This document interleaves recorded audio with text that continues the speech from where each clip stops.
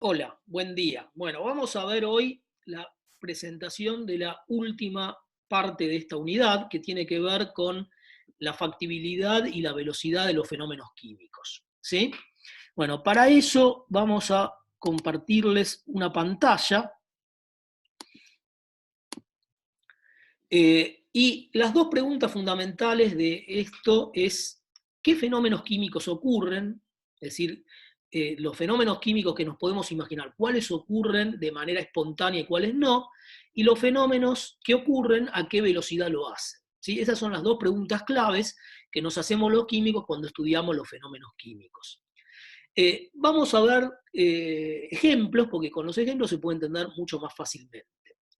Si pongo un cubito de hielo a temperatura ambiente, ¿qué pasa? Todos sabemos que se va a derretir, se va a convertir en agua líquida. Eso va a ocurrir de manera espontánea. Por otro lado, si ponemos un caño de hierro a la intemperie, ese caño de hierro va a reaccionar con oxígeno y va a dar óxido férrico, eso se llama corrosión, es una cosa tecnológicamente muy importante, y las escalas de tiempo de estos dos fenómenos son diferentes. El cubito de hielo se va a fundir en unos minutos, el caño de hierro se puede corroer en meses o años incluso.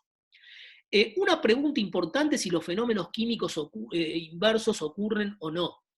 Es decir, en las mismas condiciones en las que logramos que un fenómeno ocurra o vemos que un fenómeno ocurre, el fenómeno inverso no va a ocurrir de manera espontánea.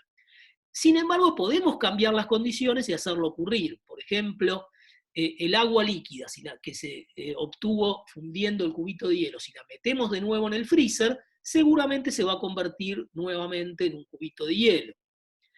Eh, la palabra clave para estudiar todo esto, es decir, el vocabulario que necesitamos tener, es que el fenómeno es espontáneo. ¿Sí? Es decir, vamos a decir que un cierto fenómeno es espontáneo, como por ejemplo pasar de agua sólida a agua líquida a temperatura ambiente, y que el fenómeno, por ejemplo, de pasar de agua sólida, de agua líquida a agua sólida a temperatura ambiente, no lo es. La rama de la ciencia que estudia todo esto se denomina termodinámica, en particular termodinámica química, es la termodinámica aplicada a la química, y les voy adelantando que el ingrediente fundamental para determinar si un fenómeno es espontáneo o no tiene que ver con los balances energéticos, los enlaces que se forman y los enlaces que se rompen, y la energía cinética, que está manifestada macroscópicamente en la temperatura. Este sería el actor principal de la película, pero hay otro actor, en realidad una actriz, porque tiene nombre femenino, que la vamos a ver en la unidad de termodinámica, que se denomina entropía, y les voy adelantando que tiene que ver con el desorden molecular. ¿Sí? Cuando hablamos de un fenómeno químico, estamos hablando de pasar de un estado a otro estado.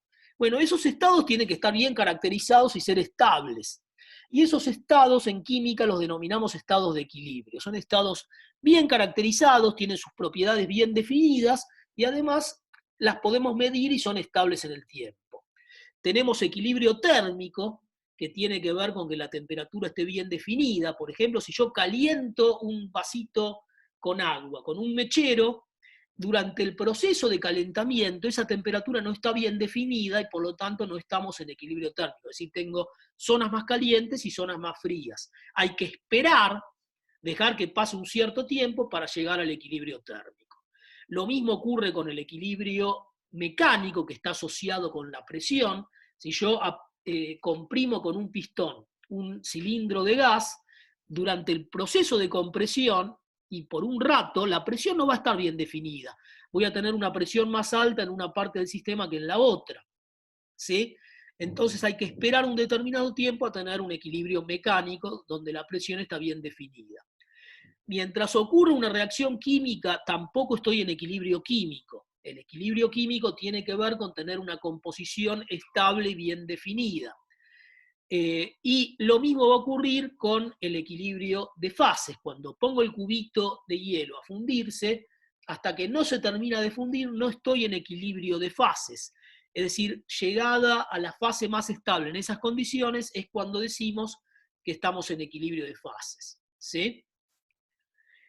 Ya dijimos que hay un elemento adicional que es el tiempo. Es decir, dijimos que hay que esperar a llegar al estado de equilibrio, y eso tiene que ver con la velocidad a la que ocurren los fenómenos. Y las escalas de tiempo de los fenómenos químicos pueden ir desde lo rapidísimo, que es escala de tiempo de los femtosegundos, a los años o miles de años. Y la rama de la química que estudia la velocidad de los fenómenos químicos, en particular con un énfasis especial en las reacciones químicas, se denomina cinética química y la vamos a ver más adelante dedicándole toda una unidad. Nuevamente, el balance energético tiene muchísimo que ver con la velocidad a la que ocurren los procesos. Y lo vamos a ejemplificar con el pasaje de diamante a grafito. El diamante y el grafito son dos sustancias que están compuestas solamente por átomos de carbono.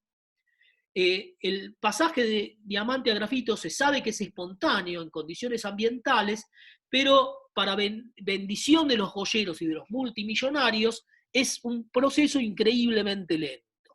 Bueno, ¿por qué es increíblemente lento? Lo podemos entender mirando microscópicamente cómo es la estructura. El diamante tiene una estructura tridimensional en la cual cada átomo de carbono está conectado a 4 otros átomos de carbono formando una inmensa molécula en la cual todos los átomos están conectados entre sí por enlaces covalentes muy fuertes, mientras que el grafito tiene una estructura de láminas formadas por hexágonos, donde cada átomo de carbono está unido a 3 átomos de carbono, y esas láminas están unidas entre sí por interacciones más débiles. Para que la transformación ocurra, habría que romper todos los enlaces carbono-carbono y volverlos a formar. Esto obviamente es muy difícil y es la causa microscópica por la cual este fenómeno es tan lento, ¿sí? Entonces, resumiendo, para analizar un fenómeno químico tenemos que tener dos palabras en la cabeza: factibilidad, o un sinónimo que es espontaneidad, y velocidad. Ambas están íntimamente relacionadas con el balance de interacciones que se pone en juego en el fenómeno, y esto lo vamos a continuar viendo en detalle en las unidades de termodinámica química y de cinética química. ¿Sí? Entonces, vamos a